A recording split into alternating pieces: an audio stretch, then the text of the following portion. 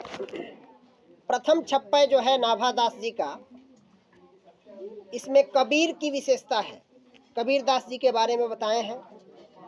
तो कबीर दास जी के बारे में आपने 11th में भी काफ़ी जानकारी हासिल की है, कुछ 8वीं कक्षा में पढ़े हो। कबीर दास जी के बारे में कह रहे हैं कि भगत विमुख जे धर्म सो सब अधर्म करि गाए, योग यज्ञ व्रत दान भजन बिन तुच्छ दिखाए, हिंदू तुरक प्रमाण रमैनी सबदी साखी, पक्षपात नहीं बचन सबहि के हित की भाखी, आरूढ़ दशा है जगत पे मुख देखी, ना ही भनी कबीर कानी राखी, नहीं वर्णाश्रम षट दर्शनी। करे कि कबीर दास जो है उनका मानना है कि भगति विमुख जे धर्म सो सब अधर्म करि गाए। जो व्यक्ति इस दुनिया में भक्ति से विमुख हो गया, माने भगवान का भजन, भगवान की भक्ति जो व्यक्ति इस दुनिया में नहीं किया,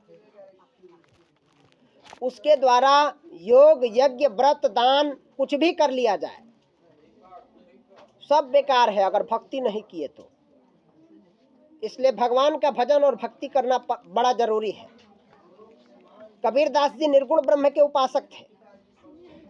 मूर्ति पूजा का उन्होंने विरोध किया, लेकिन ये कहा कि सच्चे मन से ईश्वर की आराधना किया करो, भगवान की भक्ति किया करो। और भगवान की भक्ति अगर करते हो तो आपको तीर्थ यात्रा करने की कोई आवश्यकता नहीं पड़ेगी। आपको तीर्थ यात्रा करने की कोई जरूरत नहीं है। ईश्वर की भक्ति अगर सच्चे मन से आप करते हैं तो जहां ईश्वर को याद करेंगे वहीं उपस्थित हो जाएंगे प्रभु। इनके हिसाब से भगवान हर जगह विद्यमान है। एक पद इनका 8वीं क्लास में पढ़ना था, मोको कहाँ ढूंढोड़े बंदे मैं तो तेरे पास में, ना मैं देवल ना मैं मस्जिद ना काबे कैलाश में, ना तो कौनो क्रियाक्रम में ना ही जोग बैराग में, आ खोजी होए तो तुरंत ही मिली हो पल भर की तलाश में। कहे कबीर सुनो भाई साधो हर सांसों की सांस में। हमको खोजने के लिए किसी मंदिर मस्जिद में जाने की आवश्यकता नहीं है और ना किसी तीर्थ यात्रा करने की आवश्यकता है। जब खोजी होगी तो तुरंत मिल जाऊंगा।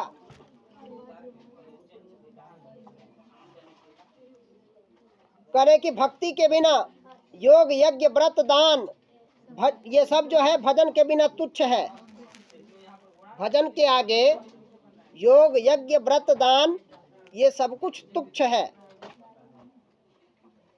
आगे कह रहे कि हिंदू तुरक प्रमाण रमैनी सबदी साखी, अपक्षपात नहीं बचन सबहि के हित की भाखी।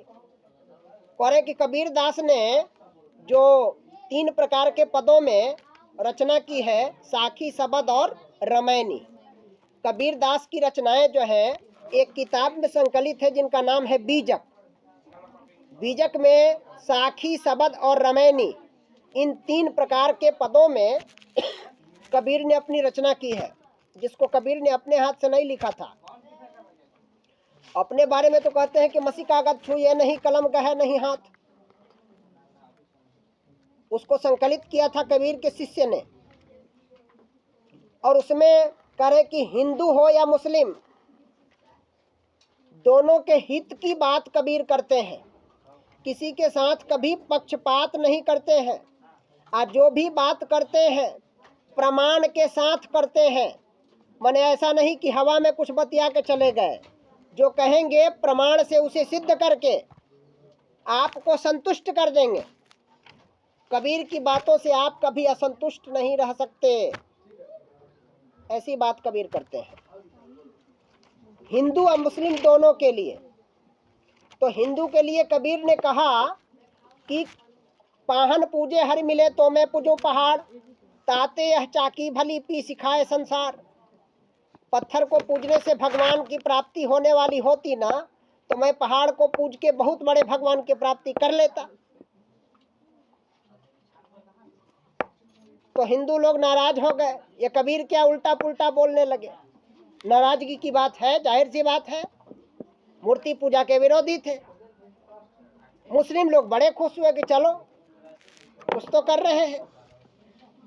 कहा कि आप भी बहुत अच्छे नहीं हो, कांकड़ पाथर जोड़ के मस्जिद लियो बनाए, ता चढ़ी मुल्ला बांक दे क्या बहरा हुआ खुदा है। कंकड़ पत्थर जोड़ के इतनी बड़ी मस्जिद बना ली है, उस पर माइक लगा के जोर से चिल्लाते हो, क्या तेरा खुदा बहरा है, उसे सुनाई नहीं देता? अब मुस्लिम भी नाराज हो गए। उधर हिंदू की मूर्ति पूजा का विरोध किया, उसमें नाराज वो लोग हो गए, मुस्लिम भी नाराज हो गए, और दोनों ने नाराज होकर कबीरदास से पूछा कि प्रभु कहाँ है? मंदिर में है नहीं, मस्जिद में है नहीं। कबीर ने कहा कि जो तिल माही तेल है, जो चकमक है आग, तेरा साईं तुझ में जाग सके तो जाग। जैसे तिल में उसका तेल छिपा होता है, दिखता नहीं, तिल से तेल निकलता है ना, लेकिन तिल देखोगे तो उसमें तेल दिखेगा नहीं, दिखता है। कहता है जैसे तिल में तेल छिपा है, जैसे आग में उसकी चमक छिपी है, वैसे ही तेरा साईं, तेरा भगवान तेरे भीतर छिपा है। उसको जगा सको तो जगा लो। तुझे न मंदिर जाके पूजने की आवश्यकता होगी और न मस्जिद में जाके चिल्लाने की जरूरत होगी। तो दोनों को संतुष्ट कर दिए। तीसरी बात एक फिर बताते हैं कि कस्तूरी कुंडली बसे मृग ढूंढे बन माही, आ तेरा साईं ऐसे घट घट राम है खोजत फिर ये का है। जैसे कस्तूरी जो है मृग की नाभि में बसता है और वहीं से उसे सुगंध आती है, उस सुगंध से व्याकुल होकर मृग जंगल में ढूंढता फिरता है कि इतनी खूबसूरत, इतनी अच्छी सुगंध आ कहाँ से रही है। आज जहाँ जाता है वहीं सुगंध आती है, क्योंकि उसी की नाभि से आना है, कहीं अन्यत्र से तो आता नहीं है। करे कि ऐसे ही घट घट राम है खोजत फिर ये का है। कहीं खोज लो भगवान को, मिलने वाले नहीं है, घट घट में विराजमान है। सच्चे मन से खोजोगे तो जहाँ खोजोगे वहीं मिल जाएंगे। कलुषित मन से खोजोगे तो तीर्थों में भी जाओगे, भगवान की प्राप्ति नहीं होगी। बहुत सारी उल्टवासियां कबीर ने लिखी हैं। हाँ, उल्टी बानी लिखे हैं कबीरदास की। उल्टी बानी बड़ी से कंबल भीजे पानी। अब सुनने पर लगता है कंबल बरसेगा पानी भीगेगा, है ना।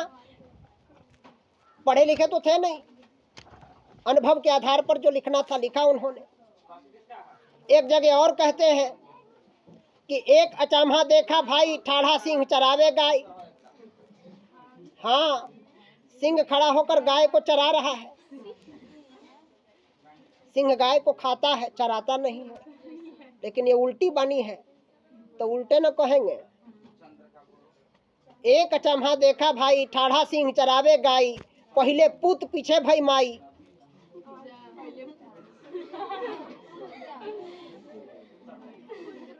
आ कुत्ते कूले गई बिलाई।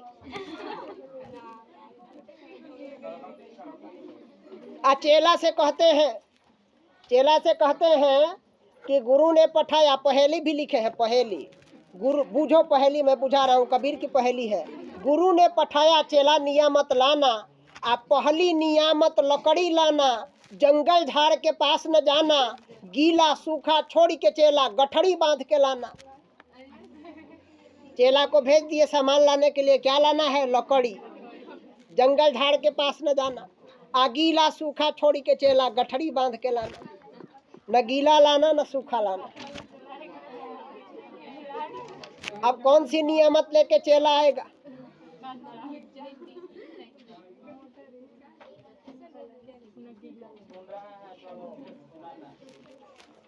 चलिए बूझ के बताइएगा। पक्षपात नहीं, वचन सबही के हित की भाषा। किसी से पक्षपात नहीं किया, न हिंदू से पक्षपात न मुसलमान से पक्षपात। सबके हित की जो बात थी वो कबीर ने कहा। आरूढ़ दशा है जगत पे मुख देखी नाही भनी, कबीर कानी राखी नहीं वर्णाश्रम षट दर्शनी। कबीर दास ने वर्णाश्रम और षट दर्शन सबका स्वागत किया। किसी का जगत पे जिस प्रकार की दशा विराजमान थी, उस हिसाब से ये मुंह देखी बात नहीं कहे। ये मुंह देखी बात करने वाले समाज में लगभग हमेशा बने रहते हैं, मिल जाते हैं आपको। आपके मुंह पर आपकी बात कहेंगे, आपको खुश कर देंगे, क्योंकि आपसे गोलगप्पा खाना है, गुलाब जामुन खाना है ना, समोसा खाना है।